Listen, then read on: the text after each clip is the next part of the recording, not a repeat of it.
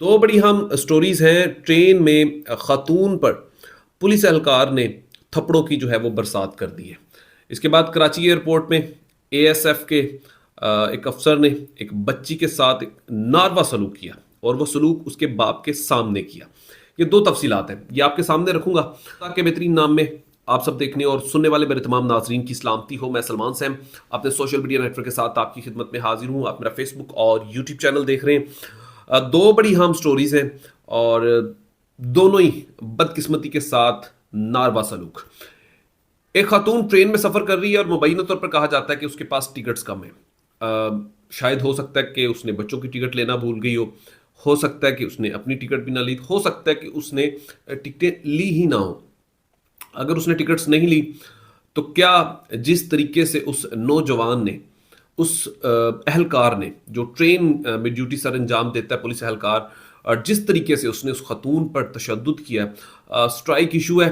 वरना ये वीडियो मैं चला देता, लेकिन मैंने नीचे अपने पेज का लिंक दे दिया है, तो आप वहां पर वो वीडियो भी देख सकते हैं कि किस तरीके से पुलिस एहलकार ने उस खतून पर तशद्दुद किया और उसके बच्चे के साथ भी किया। और सबसे बड़ी बदकिस्मती ये है कि ट्रेन में मौजूद जो शख्स थे, जो पास खड़े हुए जो लोग थे, वो इसको बिल्कुल ठीक करार दे रहे हैं। वो बार बार चला भी रही है और बार बार बता भी रही है कि मुझे क्यों मार रहे हो, मुझे ना मारो, मुझे ना मारो। लेकिन बार बार उसके कहने के बावजूद पुलिस एहलकार उतनी ही शिद्दत से उस खातून पर थप्पड़ों की बर्दाश्त कर रहा है, बरसात कर रहा है, उतनी ही शिद्दत के साथ थप्पड़ों की बरसात कर रहा है। तो क्या पुलिस एहलकार के अपने घर में से कोई शख्स होता तो क्या वो इसी तरह करता? क्या जो करीब खड़े हुए लोग वो सब कुछ देख रहे थे, अगर उनकी अपनी किसी माँ बहन या बेटी के साथ होता तो क्या वो ऐसे ही देखते, ऐसे ही बर्दाश्त करते और ऐसे ही कहते कि ये जो कुछ हो रहा है ठीक? और जो सीट्स पास खड़े शख्स की जिसकी सीट थी, उसने खाली करवाने के लिए जिस हद तक के अल्फाज इस्तेमाल किए, यकीन जाने उस शख्स को मेरे पास वो अल्फाज नहीं है, लेकिन उसको 21 तोपों की सलामी है और सलामी का मतलब वो बखूबी जानता भी है। तो इस तरीके का नारवा सलूक किया गया और उसके बाद रेलवे हुकाम ने इसके ऊपर एक्शन लिया। अब देखते हैं कि इस एक्शन में वो कितनी सज़ा का हकदार ठहरता है। और पाकिस्तान में जितनी सज़ा आपको पता दी जाती है, शायद ये किसी फौजी एहलकार का घर होता तो शायद वो सज़ा बड़ी अच्छी मिलती, लेकिन बदकिस्मती के साथ कि सिविलियन का यहाँ पर जिस तरीके के साथ उसके साथ सलूक किया जाता है, तो मुझे नहीं लगता कि उसे उस तरीके की सज़ा मिल पाएगी। और जिस तरीके का तशद्दुद, और खुशकिस्मती ये वीडियो बन जाती है, लेकिन इस मामले में वीडियो का बनना और उस तरीके से वायरल होना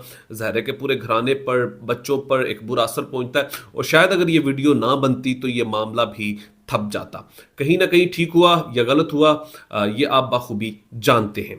दूसरा जो बड़ा वाकया है, कराची एयरपोर्ट पर एएसएफ की जानिब से बच्ची के साथ किए गए नारवा सलूक से मुतल्लिक रिपोर्ट एविएशन डिवीजन को अरसाल कर दी है। जो इसकी रिपोर्ट जो है वो अरसाल कर दी गई है। जराए का कहना है कि वाकया इंटरनेशनल एयरपोर्ट पर 10 मार्च को पेश आया। नारवा सलूक पर एएसएफ अफसर और दो एहलकार के खिलाफ तहकीकात की गई है। सोशल मीडिया पर गर्दिश करने वाली वीडियो में देखा जा सकता है कि एक बच्ची अपने बाप को वापस आता देखकर उसकी तरफ भागी।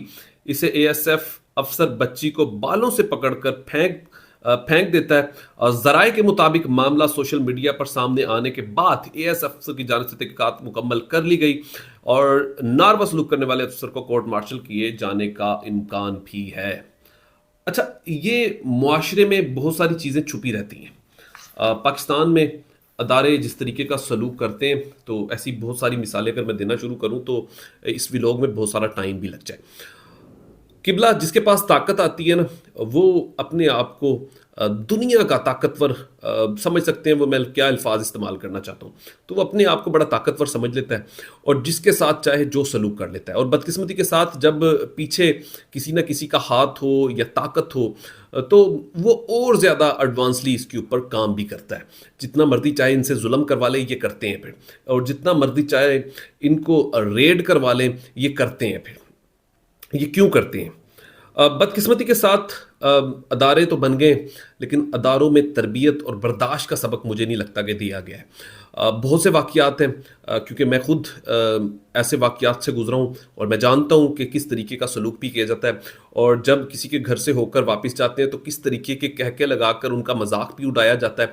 तो इन तमाम चीज़ों से मैं बाखूबी वाकिफ़ भी हूँ, और बदकिस्मती के साथ वो हर चढ़ते सूरज को सलाम भी करते हैं और फिर अपना कवर भी लेते हैं। लेकिन बदकिस्मती के साथ किसी कह सकते हैं कि बेकसूर के घर में जब ये रेड करते हैं या मुबैना तौर पर ऐसी कार्रवाई भी करते हैं तो फिर भी ये बच जाते हैं। लेकिन अब 2-3 वाक़यात के बाद बहुत सारी चीज़ें वाज़िया होना शुरू हो चुकी हैं कि लोगों में भी अब बर्दाश्त ख़त्म हो चुकी है।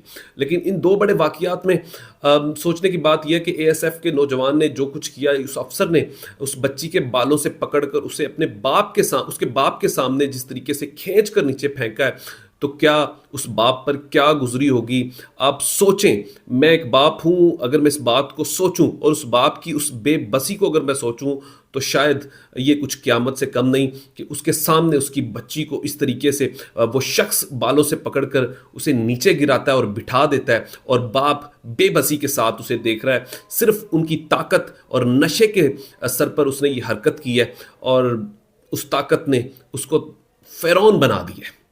ये फ़िरौन, मैं इसको फ़िरौन का लफ्ज़ इसलिए इस्तेमाल करता हूँ कि इतनी आप पब्लिक के मुलाजिम हैं और उस पब्लिक के पैसे से आप अपने पेट पालते हैं, हमारे लिए काम करते हैं, मुलाजिम हैं, लेकिन इस तरीके का सलूक उस बच्ची के साथ इंतहाई अफसोसनाक वाक़या है। इसके ऊपर एएसएफ हुकाम को चाहिए कि बेहतरीन किस्म का एक्शन ले, ताकि आने वाली इस अफसर की नस्लें भी याद रखें कि किसी के साथ ऐसा सलूक नहीं करना।